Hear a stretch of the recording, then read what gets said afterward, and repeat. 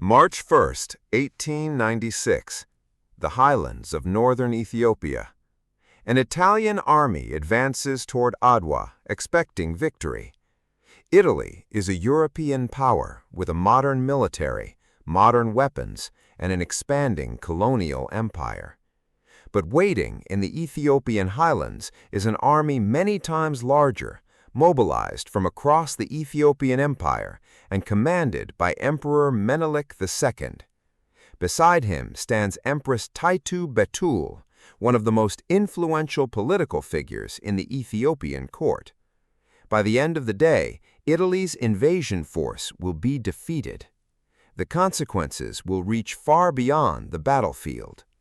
This is the story of Adwa, the battle in which Ethiopia defeated a European colonial army and preserved its independence. To understand Adwa, we have to go back to the final decades of the 19th century. European powers were rapidly expanding their control over Africa. In 1884 and 1885, representatives of European powers met at the Berlin Conference to establish rules governing European claims and expansion in Africa. No independent African government was represented at the conference. But the partition of Africa did not happen in a single meeting. European territorial expansion accelerated in the years that followed. Italy was one of the newer European powers. After unifying in 1861, Italy wanted its own overseas empire. It established a presence on the Red Sea coast and, by 1885, had occupied Massawa in present-day Eritrea. From there, Italian expansion moved toward the Ethiopian highlands. But Ethiopia was different from many of the territories being conquered elsewhere. It possessed its own political institutions, its own written tradition, its own ancient Christian tradition, and a long history of independent statehood. And by the end of the 19th century, a new emperor was preparing to defend it. His name was Menelik II. Menelik was born in 1844 in Shewa. His father, King Haile Melekot of Shewa, died when Menelik was still young. After Emperor Tewodros II defeated Shewa, Menelik was taken to Magdala, where he spent years in the imperial court. Those years exposed him to the politics, military organization, and ambitions of the Ethiopian Empire. Eventually, Menelik returned to Shewa. Over the following decades, he transformed Shewa into one of the most powerful centers of the Ethiopian state. He expanded his political influence, strengthened his military forces, developed trade networks, and acquired modern firearms from abroad. Menelik understood something increasingly important. European powers were not simply trading with Africa, they were conquering it. Across the continent, African kingdoms were being defeated one after another. Menelik therefore pursued a different strategy. He would strengthen the Ethiopian state, acquire modern weapons, maintain diplomatic relationships, and bring Ethiopia's powerful regional forces together when its independence was threatened. In 1889, Menelik became Emperor of Ethiopia. And almost immediately the relationship with Italy began to break down. In May 1889, Menelik signed the Treaty of Wuchale with Italy. The agreement was intended to establish friendship and cooperation between the two countries. But there was a serious problem. Article 17 of the treaty was written differently in the Amharic and Italian versions. The Amharic version allowed Menelik to use Italy's services in dealing with foreign powers. The Italian version made that relationship compulsory. The difference was enormous. Italy began presenting Ethiopia to European governments as an Italian protectorate. Menelik rejected that interpretation. The disagreement became a diplomatic crisis. Menelik attempted to resolve the dispute through diplomacy. He communicated with European governments and challenged the Italian interpretation of the treaty, but the disagreement could not be resolved. On February 12, 1893, Menelik formally rejected the treaty and declared that Ethiopia would not accept the Italian interpretation. The diplomatic conflict was becoming a military one. Menelik understood that Ethiopia needed more than courage. It needed weapons, organization, and unity. Over the years before the war, Ethiopia acquired large quantities of modern firearms through international trade. Menelik took advantage of competition among European powers and established relationships that allowed Ethiopia to obtain rifles and artillery. By the time the conflict reached its climax, Ethiopia possessed a large modern arsenal. But weapons alone were not enough. Ethiopia was a vast and politically complex empire. Powerful regional rulers commanded their own forces, and their interests did not always coincide. Menelik therefore worked to bring these forces together. Messages and orders traveled across the empire. Regional rulers mobilized their armies. The defense of Ethiopia's independence became a common cause, and Empress Taytu Betul played an important political role in this process. Taytu was not simply the emperor's wife. She was an influential political figure who advised Menelik, participated in major decisions, and helped mobilize support for the coming conflict. By late 1895, a large Ethiopian force was moving toward the northern frontier. The country was preparing for war. Italy continued advancing from Eritrea.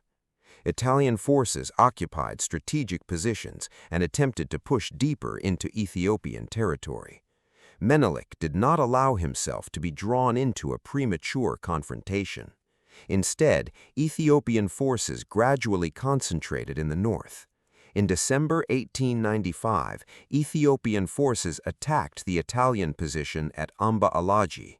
The Italian garrison was defeated, and the Ethiopian advance continued.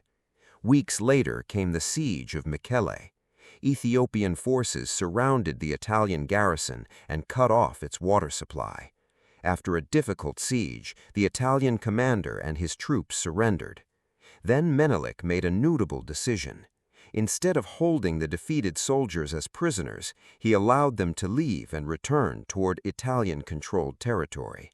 Word of the Ethiopian army's size and strength traveled back with them. Meanwhile, the Italian command was under increasing pressure from Rome to achieve a decisive victory. General Oreste Baratieri eventually ordered his forces to advance. His objective was the Ethiopian army concentrated around Adwa.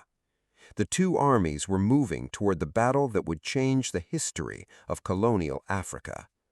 On night of February 29, 1896, roughly 20,000 Italian and Eritrean troops advanced south in 4 separate columns through the mountains, intending to reach Ethiopian positions by surprise at dawn.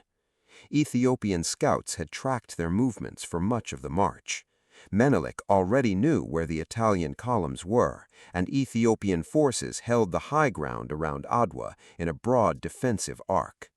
At dawn, on March 1st, the Italian columns found themselves scattered across difficult terrain, facing an Ethiopian force that outnumbered them roughly 5-1 and held the surrounding heights. Fighting began around 5:30 a.m. Separated by rugged ground, the 4 Italian columns could not support one another and effectively fought 4 disconnected engagements. In the center, General Matteo Albertone's brigade met Tigrayan forces under Ras Alula. Ethiopian artillery, more effective than Italian commanders had anticipated, struck the Italian formations directly. Within roughly an hour, Albertone's position collapsed, and he was taken prisoner as his brigade was overrun. On the Italian right, General Vittorio da Bormida's column advanced into a valley surrounded by Ethiopian forces on 3 sides. It was largely destroyed by mid-morning. Of around 4,000 men, only a small fraction made it back to Eritrea. In the center-left, General Arimondi's brigade held out longer, but with both flanks gone, it was overwhelmed by early afternoon. Arimondi was killed attempting to organize a defense. Only General Giuseppe Elena's brigade, which had not yet been fully committed, was able to withdraw in relatively good order. By around noon, the battle was effectively over. Baratieri's invasion force had been destroyed as an organized fighting army. The numbers are staggering for a colonial war. Thousands of Italian and Allied troops were killed, wounded, or captured, while Ethiopian losses were also severe. The exact casualty figures vary among historical accounts, so the numbers should be understood as estimates rather than precise totals. Menelik's victory gave Ethiopia enormous diplomatic leverage.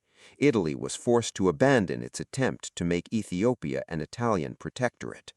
On October 26, 1896, Italy and Ethiopia signed the Treaty of Addis Ababa.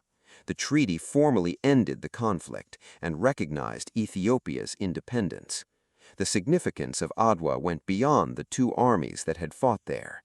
At a time when European empires were expanding across Africa, an African state had defeated a major European colonial army in a decisive conventional battle. News of the victory spread across Africa and among people of African descent around the world. Adwa became a symbol of African resistance, sovereignty, and the possibility of defeating colonial expansion. Its meaning would continue to influence African political thought and later movements for independence. But the most important fact remained simple. Ethiopia had defended its independence, and the victory at Adwa became one of the defining moments in African history. Adwa was not simply a battle. It was the result of years of preparation, diplomacy, military organization, political leadership, and national mobilization. On March 1, 1896, Ethiopia defeated Italy's invading army at Adwa. A European colonial power had come to impose its will. Instead, it was forced to recognize Ethiopia's independence. The battle became a symbol far beyond Ethiopia's borders, because Adwa proved something the colonial powers did not expect. An African army could defeat a European empire, and Ethiopia did it. March 1, 1896, Adwa, a victory that changed African history forever.